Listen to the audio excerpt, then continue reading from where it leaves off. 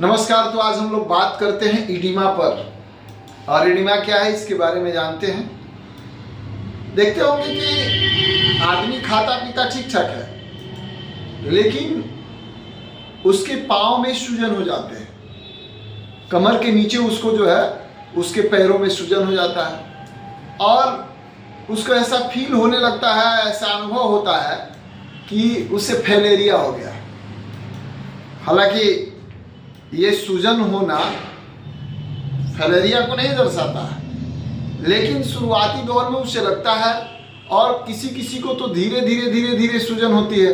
और सूजन हो करके वो क्या होता है, वो जब शाम में पेशेंट सोता है तो थोड़ा सा हो सकता है किसी का सूजन कम हो जाए, और किसी किसी को परमानेंट सूजन रहता है। यानी कि पानी जो है वेन के माध्यम से आपके चमड़ा और आपके मंसल पर जाकर के जम जाता है। एक प्रकार की मिनरल्स कैल्शियम जो होती है वो वहाँ जम जाता है। और ये प्रॉब्लम कैसे होती है? तो ये प्रॉब्लम होती है किडनी को सही तरीके से फिल्टर नहीं होने के चलते। आपका सही तरीके से किडनी काम नहीं करता है। आपके किडनी से जो फिल्टर होकर के छन करके जो यूरिन पेशाब जो बाहर होता है वो पर्याप्त मात्रा में नहीं हो पाता है, इसलिए और बहुत सारी कारण है। जैसे एडिमा का कारण है कि जैसे ये तो समझ में आ गया कि किडनी से लेकर के ये समस्या उत्पन्न होती है। और ड्रॉपिंग सिस्टम में जब मान लीजिए कि कोई भी प्रेशर युक्त व्यवस्था बनी हुई हो, एयर जाता हो, तो ड्रॉप करके जो है वो स्राव होगा। तो स्राव होने का कोई दूसरा रास्ता है नहीं, वो तो वेन के माध्यम से जो शिरा है उसके माध्यम से आपके शरीर के अंदर वो जा करके कहीं ना कहीं रुकेगा। तो ये समस्या होती है, और उस कंडीशन में पेशेंट काफ़ी परेशान हो जाता है। ये स्थिति पूरे ये जंघा के नीचे पूरे गोड़ तक हो सकती है, ये जंघा के नीचे पूरे या दोनों में या कहीं किसी एक अंग में गोड़ में सूजन हो सकता है। ये पाँव जो है यहाँ सूजन हो सकता है। दूसरी बात है कि पेशेंट को जब ये स्थितियाँ उत्पन्न होती है तो उसे हल्का हल्का बुखार भी होने लगता है, और कभी कभी पेशेंट को दर्द भी रहता है। इसके चलते जॉइंट पेन होते हैं और जॉइंट में सूजन उत्पन्न हो जाता है। कुल मिलाकर के एक कैल्शियम का जो है जमा होने लगता है आपके जोड़ में।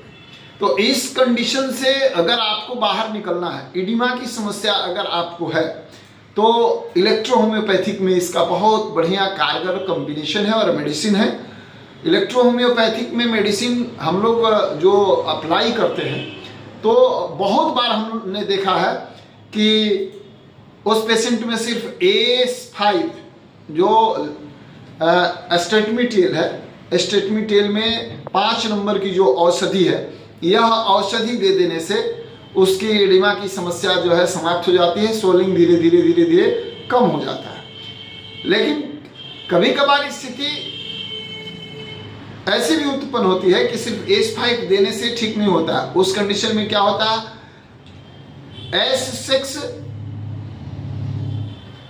और C6 ये दो औषधि का सम्मिश्रण, मतलब दोनों की बराबर मात्रा में मिश्रण करके देने से आशातीत लाभ हो जाती है। अब स्थिति यह है कि जैसे कि आपको इलेक्ट्रो होम्योपैथिक की जो प्रैक्टिस है उसको बार बार मैं बताता हूं कि नेगेटिव में पॉजिटिव में नेगेटिव।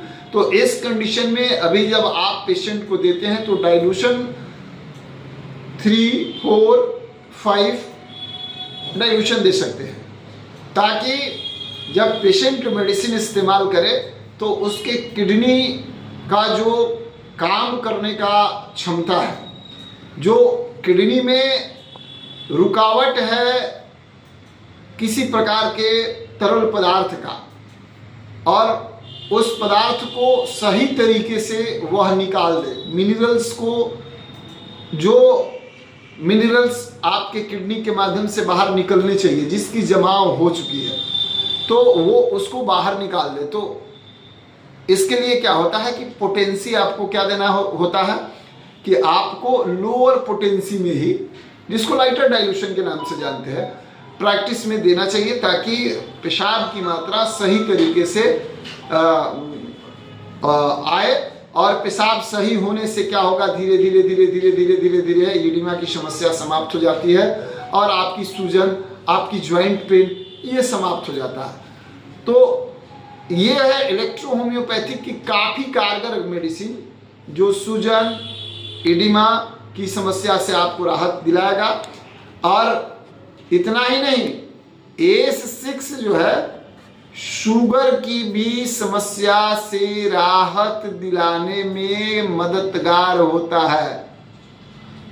तो आप ACE-6 और C6 के कॉम्बिनेशन को लाइटर डाइल्यूशन में इस्तेमाल करें, आशातीत लाभ होगा और बीमारी ठीक हो जाएगा। लाइटर डाइल्यूशन अगर ओरिजिनल आप लगा रहे हैं तो, और लाइटर डाइल्यूशन के नाम पर सिर्फ डाइल्यूशन लगा रहे हैं जो इलेक्ट्रो होम्योपैथिक के सिद्धांत के मुताबिक नहीं बना हुआ, तो शायद मेडिसिन उस तरीके से काम नहीं करे। तो आप अगर चिकित्सक हैं, इलेक्ट्रो होम्योपैथिक की चिकित्सा करते हैं, तो आपके लिए यह वीडियो काफ़ी कारगर सिद्ध होगा। मैंने हज़ारों ऐसे पेशेंट को ठीक किया है और उसको दवा खाते के साथ 10 दिन में ही राहत मिल जाता है। 10 दिन के बाद धीरे धीरे दवा हम उसको 3 महीने तक चलाते हैं। दवा का जो डोज हम इस्तेमाल करते हैं वो 5 बूंद सुबह, 5 बूंद दोपहर और 5 बूंद शाम, और डायरेक्ट टंग पर हम इस्तेमाल करते हैं। और कभी कभार स्थिति को देखते हुए हम 10 ml पानी, यानी कि 1 चाय की बड़ी चम्मच के बराबर जो पानी है, उस पानी में भी इस दवा का इस्तेमाल 3 टाइम कर सकते हैं। दवा खाने का जो तरीका है इलेक्ट्रो होम्योपैथिक का, दवा खाने के आधे घंटे पहले पेट खाली कम से कम होना चाहिए और दवा खाने के आधे घंटे बाद ही कुछ खाना चाहिए।